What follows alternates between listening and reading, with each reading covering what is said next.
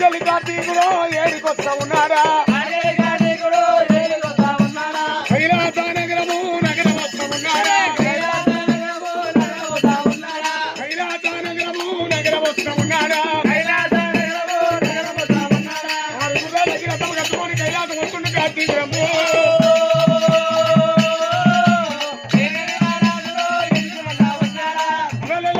కార్తీకరాజు కైలాసం వచ్చాముట కార్తీకరాజును చూస్తున్న చుట్టున్న దేవతలు తల్లల కిందికి వేస్తున్నారమ్మా పాపగారి వాడు ఈడు అన్నాడు మంచోడు కాదు దుష్టును చూసి కొంతసేపు దూరం ఉండాలని చెప్పి ఆ దుష్టును చూసి దేవాలయ దేవతలు తలల కిందికి వేస్తున్నాడు ఏమంటుండు ఎల్లమ్మ సేవలను నెరవేర్చి ఎల్లమ్మని నేను కళ్యాణం చేసుకుంటూ అంటుకుంటా ఒక్క వదినము 2 వదినాడు కార్తీకుడు ఎగ్గుతాముంటే శ్రీమన్నారాయణుడు శత్రువుల సవరిస్తాడు వచ్చాడు కాబట్టి ఒరే కార్తీక రాజా ఎల్లమ్మ గర్భం లోపల నేను పరిసరామున అవతారం ఎత్తేది ఉన్నది నా చేత నీ ప్రాణం పోయేది ఉన్నది నిశ్చిత కయ్యం అవుతుందిరా గోకుత పుండ అవుతుందిరో మరి శంకరాలు వదిలినప్పుడు కార్తీక రాశవల పడ్డదాట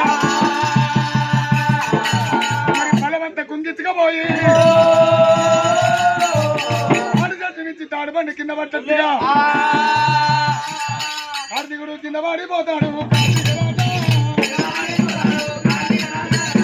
కింద పడిపోతాడే కార్తీకుడు కింద పడిపోయినాడు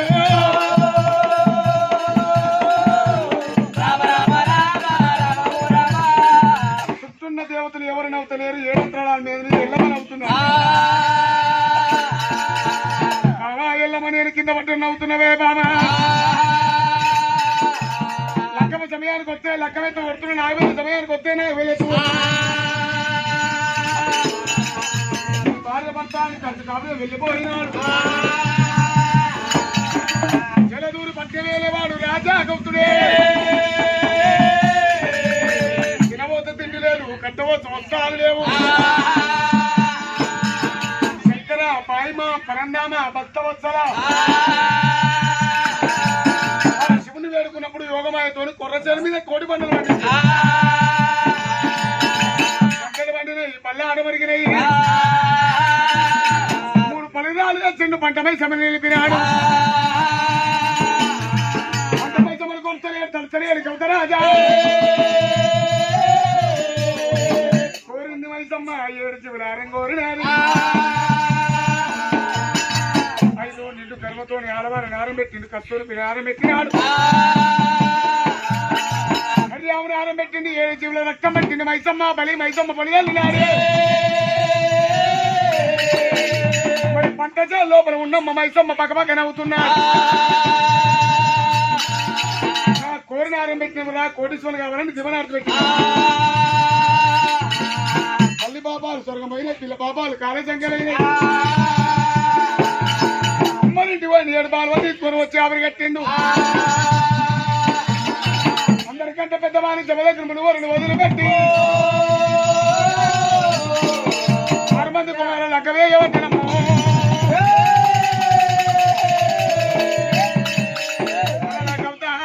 కవితరాజా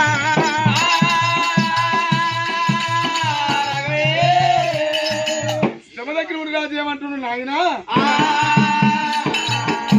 తప్పు చేసి పెద్ద కుమారు లగ్గం చేస్తారని నాకెందుకు నువ్వు లగ్గం చేస్తలేమంటే కుమారు జమదగ్ర రాజు కుర్రసేను మీద 7 పాపాలు చేశాడు పాప పాండవుల పారకం చేసుకొని వచ్చినాక ఎంత ఖర్చు పెట్టి లెక్క వేస్తున్నాను అంతకంటే ఎక్కువ ఖర్చు పెట్టి లెక్క వేస్తానన్నప్పుడు తల్లిదండ్రి మాట అయినడు కూడా కుమారుడు ఉండేందుకు లేచిందని చెప్పి ప్రధాన మంత్రులు తండ్రి చేసిన 7 పాపమాడలు దాన పెట్టుకోని అడవిల మునిరాజు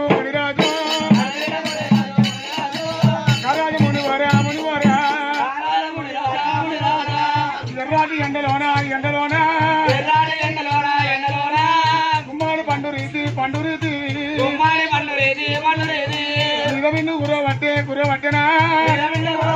గురబట్టరా అందరి కాలవట్టే పర్రిగాటి ఎండలమ్మ ఎండలేమి పదిగాలి ఎండలమ్మ ఎండలేవి బండాలు పలగబట్టే పండాలు పలగబట్టే ఎంట ఎవరు లేరు తంటా సోమతి లేదమ్మో మునివరే వస్తున్నాడే మునిరాజా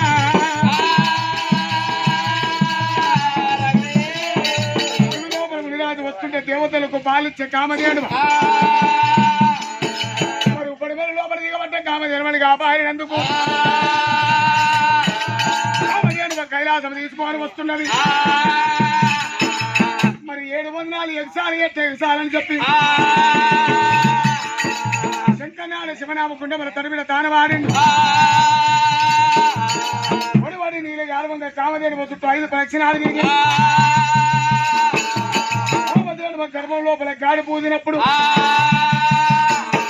70 మంది లెక్క 7 వందనాలు ఎగిసిండు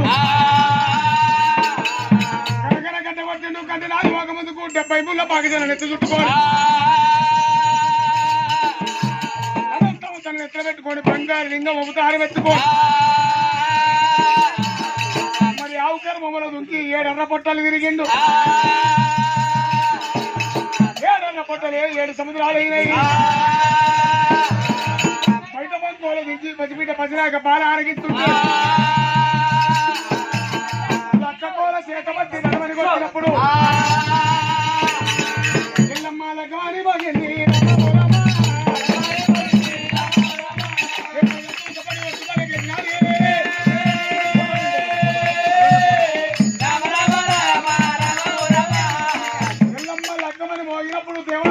శబాష్ చెప్పి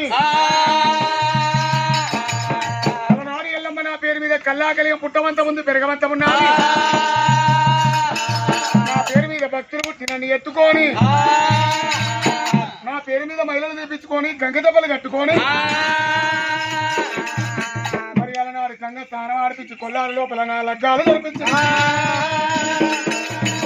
ఉడికంగబడి వాళ్ళ బియ్యం పోసి సన్న యాడలు మేనిముద్దలతో ఎవరు పండుగలు చేస్తున్నారు